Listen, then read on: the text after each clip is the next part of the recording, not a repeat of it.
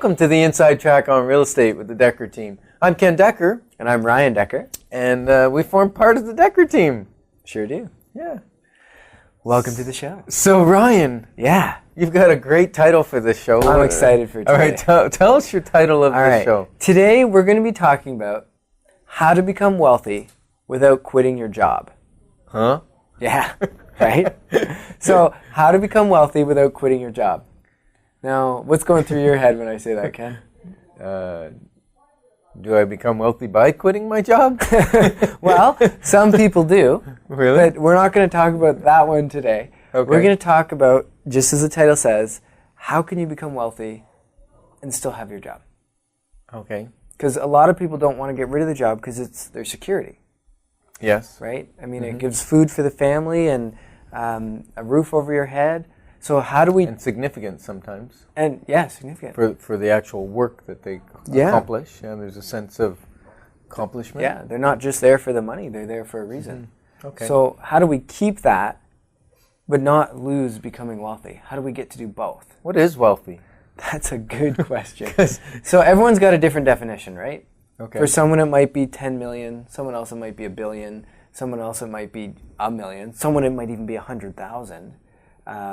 And some people, wealthy, and this is partly my definition, when you have enough income coming in that you no longer need to work. So that's using the word wealthy In a financial situation.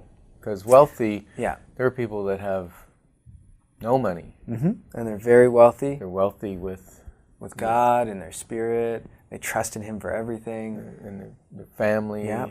And yeah. So, but today we're strictly talking about money wealth. Okay. Yeah. All right. And they say that if you have spare change in your pocket, spare change in a jar in your bedroom, and spare change in your ashtray, you're among the wealthiest in the world. Mm-hmm. Isn't that wild? That is wild. Okay. So you've got an interesting little chart you want to talk to people about. Yeah. Which... So it's called the cash flow quadrants. And it's a Robert Kiyosaki. He penned that he idea, penned I think. it, yeah. And it's brilliant. So there's 4 ways to make money is what he's getting at. 4 quadrants. 4 quadrants, yeah, that's right. So you can be employed. Which probably 80% of the population is employed, probably. Probably. Means they work for someone else. They go, they put in their time, and they get a certain amount of money for that time. Okay. Right? Which is the majority of us. The next quadrant is self-employed. Okay. So what do you call self-employed, Ken? Well, the difference between, I call it having a career, and the difference between a career and a job is an extra 20 hours a week. Okay. So Ken believes that if you work 20 extra hours, you might be self-employed. Yeah, might be. Okay. But I guess my definition would be you don't necessarily get paid for your time. You get paid for your results. So you're a contractor, you finish a bathroom, you get paid for that result. So you may have only spent 10 hours where someone else would have spent 20, but you're getting the same paycheck. Okay. Or you could be hourly and be self-employed, contracting yourself out to others, right? Yeah. Okay. And then what about... So those are on the left side of if we draw a cross or a window, right? So cash quadrant, when you draw a plus sign or a cross, there's 4 quadrants. We've done the 2 on the left. Which is E and S. E and S. Employee and self-employed. Okay. So then the ones on the right are a business or a business owner. And then below that would be passive income. Okay. And so what is a business between that and self-employed? What's the difference there, do you think? Well, I know. I know you know. Giving you the easy ones. Thanks, Ryan. So the difference between self-employed and owning a business is when you're self-employed, you still have to show up to earn money. When you own a business, you have others that are running that business or providing the services for people or doing things. You're paying them, so you have employees basically, and that business now makes an income whether you show up or not. Now, typically, business owners still have a high-level kind of leadership role. Sometimes they have an active role in the In the what the company. employees are doing, whether it be servicing machinery or selling things or whatever. Quite often they still have a role, but they could not. They might be just strictly an owner. Now, what if someone has a couple employees, right? But if they left, the company would fall apart because they're the foundation of that company. Then they still really don't have a true business. A true business, you should be able to go away, 6 months, go on a 6-month missions trip, and when you come back, your bank account should have more money in it than when you left. Okay. Then you truly own a business. So self-employed, you can make more money once you leverage people, right? You hire employees, but it's still not a business, is what you're saying. Not until you can take you out of the business. Okay. Then it's a business. Great. And that doesn't, and like I said, doesn't mean you can't Do it. high level management. You pop in every once in a while, make sure your manager's still doing it. You might have to say you're a high level executive leaves your business. You may have to pop back in and do that role until you can hire the next executive to take your place again, and then you're back out of it. So it's not passive. Running a business, owning a business is typically not passive. There's some involvement. Okay. And now let's go to the fourth quadrant, the bottom right. It's passive income. Now, passive income to me is I don't have to do a lot of time on this. That's right. So it's pretty self-contained. It'll do its own thing. But I normally still manage it. Sometimes. I make sure it doesn't run away on Like me. if you have a pension, Yeah. for instance, Right. that becomes passive income. You don't have to manage it. Some other pension manager manages the funds in that, and you just get a check each month. I call it mailbox money. You go to the Love mailbox, mailbox you got money. It's awesome. Something like that. Profit share in our company, our profit share is totally passive. What else would be passive? Stocks, bonds, but those you should at least be looking at because you might have to move some stuff from time to time. My belief is if you don't understand what you're investing in, probably shouldn't be investing in it. Right. Okay. So what else is passive? Rental properties? Well, some Income people properties? would call that a business, some would call it passive. Okay. Because there's a bit of management. Usually you still do your own property managing when you only have a few. You got to make sure the sinks aren't clogged, whatever. However, you can hire a property manager to do all that for you. And then it really does become passive. You just need to look in every once in a while, make sure the roof's still intact or whatever. It's pretty high level at that point. Right. Okay. Cool. So where are all the people, percentage-wise? You said 80% are employed. you think, That was roughly? a good guess. Okay, so But probably the absolute majority are employed and self-employed. okay, and business owners and passive income. Some people dabble here, right? Yeah, they'll dabble. They'll start a network marketing kind of thing and say they own a business. They really don't. Although network marketing can move to the passive position. If it gets big enough. Right. So there's a little bit on that side, but these are typically people that own bigger companies, more established companies that have been around for a while. And then people dabble, they have some RSPs or that kind of thing. But when we're talking about passive income and someone being in that quadrant, we're talking about someone that's amassed enough assets that quadrant takes care of all their needs. So they're not still working, they're not owning a business, they're not self-employed. They have enough passive stuff that meets all their needs. They're basically out of the rat race, right? Okay. And that's what we're talking about today, right? How to become wealthy without quitting your job. And then once you get to that wealthy, you can decide to keep your job or quit, whatever you want. Because working because you like what you do instead of working because you need the money, that's a big shift for a lot of people, and that's an awesome place to be. So, Ken, if 80% of people are employed and self-employed, 20% of people are business owners and passive income. Yeah, and it's probably even closer to 90-10. 90-10. But okay, we'll go with your 80-20. Okay. That's fine. Where would the wealth be? Where would all the money be? Well, most of the money, 80% of the money, is on the business and the passive income side. So you're saying that 20% of the people at least, it's maybe even more like 10%, have 80% of the wealth. Yes. Okay. Absolutely. Now, there was he an inventor, Pareto? Pareto law? Was. Yeah, it's an 80-20 rule. He studied things like plants and bean plants and all kinds of things. He noticed that 80% of his beans, or peas, came from 20% of his plants. Mm-hmm.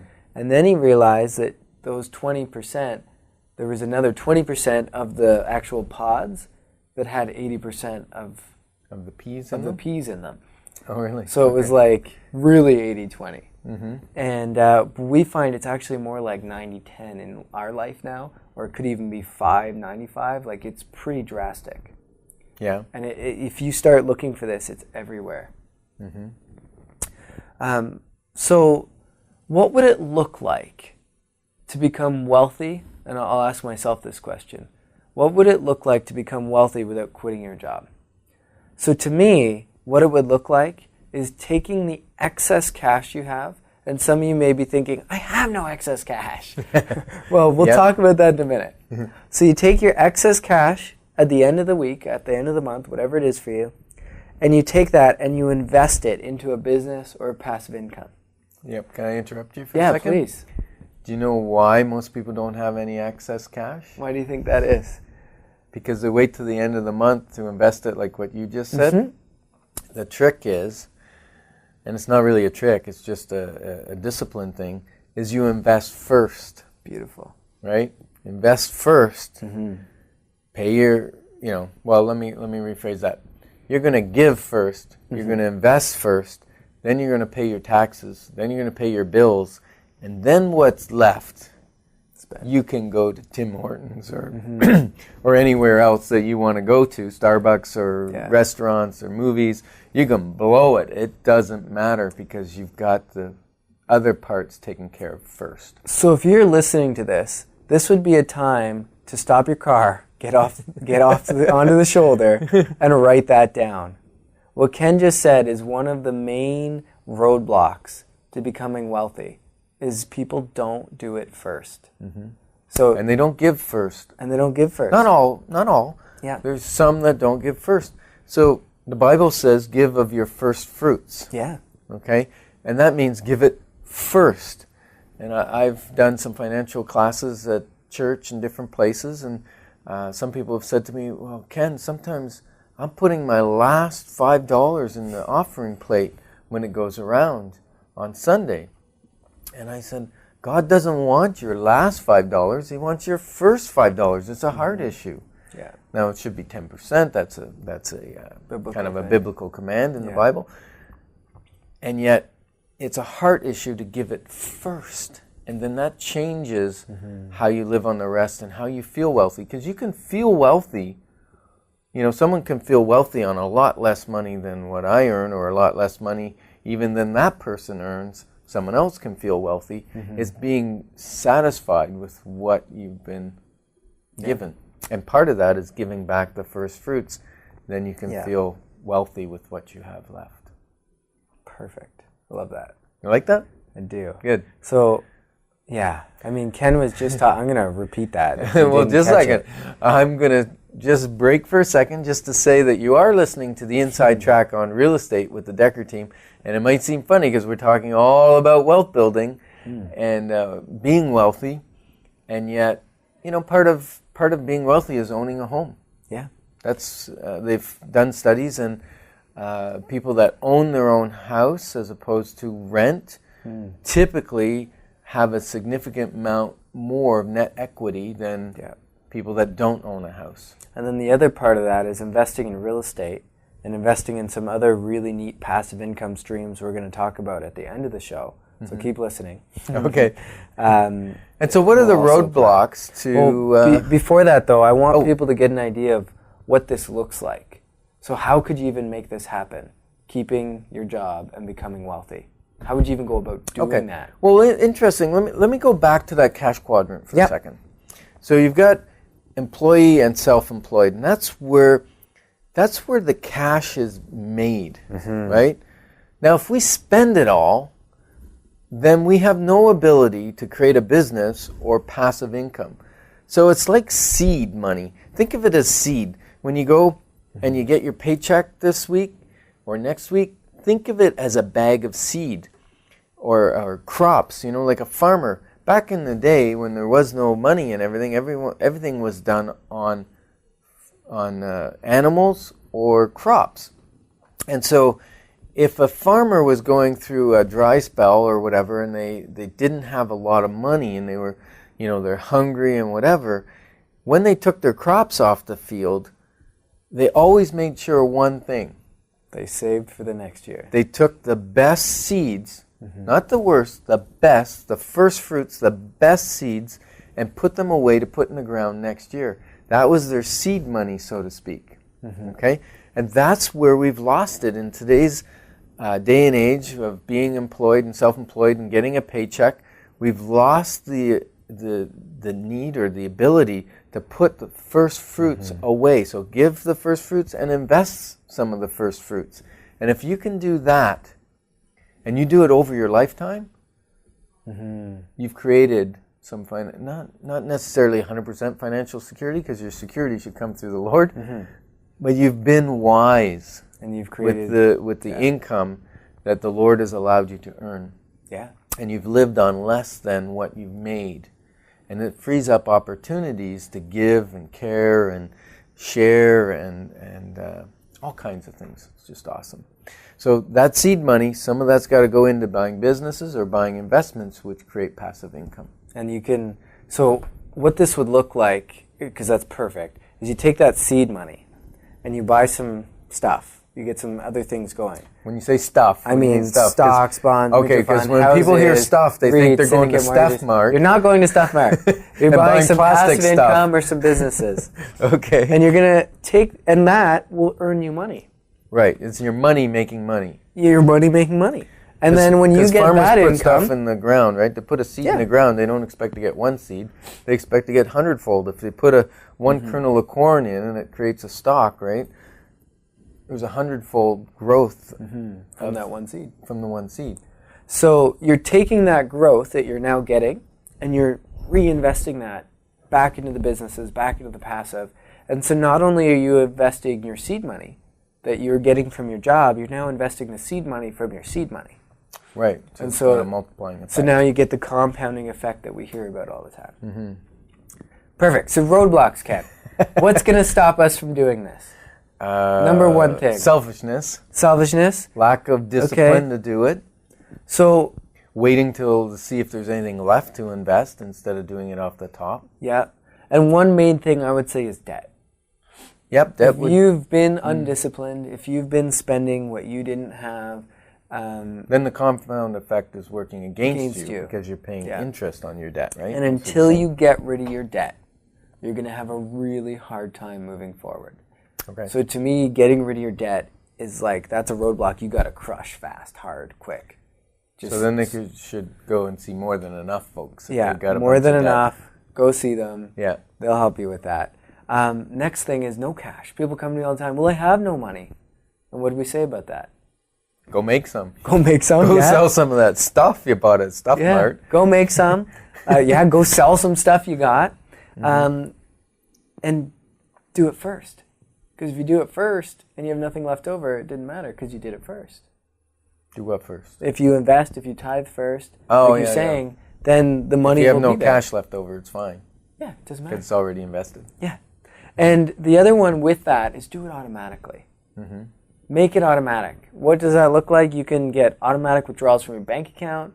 You can get a rental property where every month there's an automatic mortgage pay down from the cash.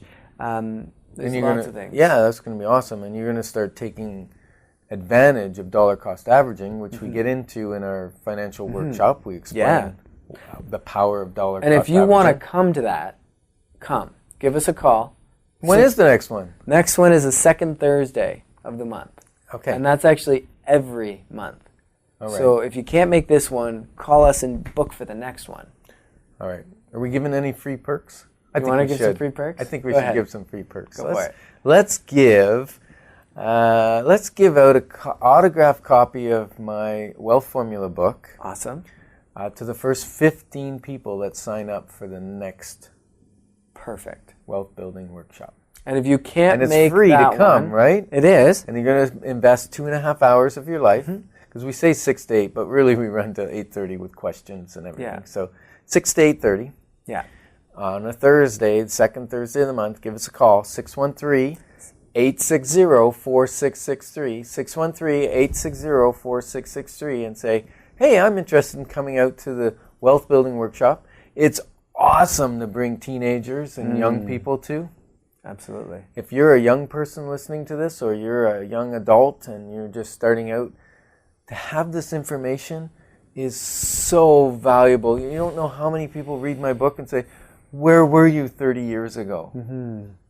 And I say, well, I was making the same mistakes you were making 30 years ago, so I wasn't ready to write the book. So, yeah.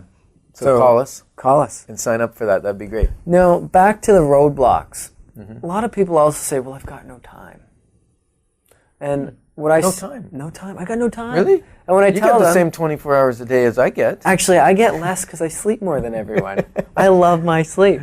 So I actually get less time than most people. And the truth, though, is it's how you use the time you're given. So a couple months ago, we actually sold our TV, the only TV we had. It's gone. And What do you invest the money in? well, actually, we did invest that money. But more than that, we now have the freed up time. Right. That's Right. probably a couple hours a day. You Couple hours a You just day. created. Out of nowhere. You know? Anyways, and we all think, oh, I'm tired, I had a long day, I got to watch TV, or I got to do something to relax. Only because that's your habit. If you get rid of that habit, God will give you like abundantly cool things to do with that time. And energy to do it. And energy. Especially like if you start exercising Yeah. during that time instead. Yeah. Whew, your energy will go up. My goodness, I'm excited for these people. The things you're going to do when you get rid of that TV. And the second thing people say is, well, I'm just not focused on it. It's just not my focus right now. Well, get focused on it. Go do your net worth statement once a month. Create that excitement. Where Create can that, I get how to do a net worth Yeah. statement, or how to do a Well, you can get spending plan? You can get a free one of both of those on your website. Yeah. Wealth-formula.com. Yeah. And you will get the form that you can use to fill out and start doing your net worth statement. And you even can if you start want to creating see that what your urgency. debt's costing you can put that in there, and how to get rid of your debt. It's all on there. Yeah, so when should a person start to do this?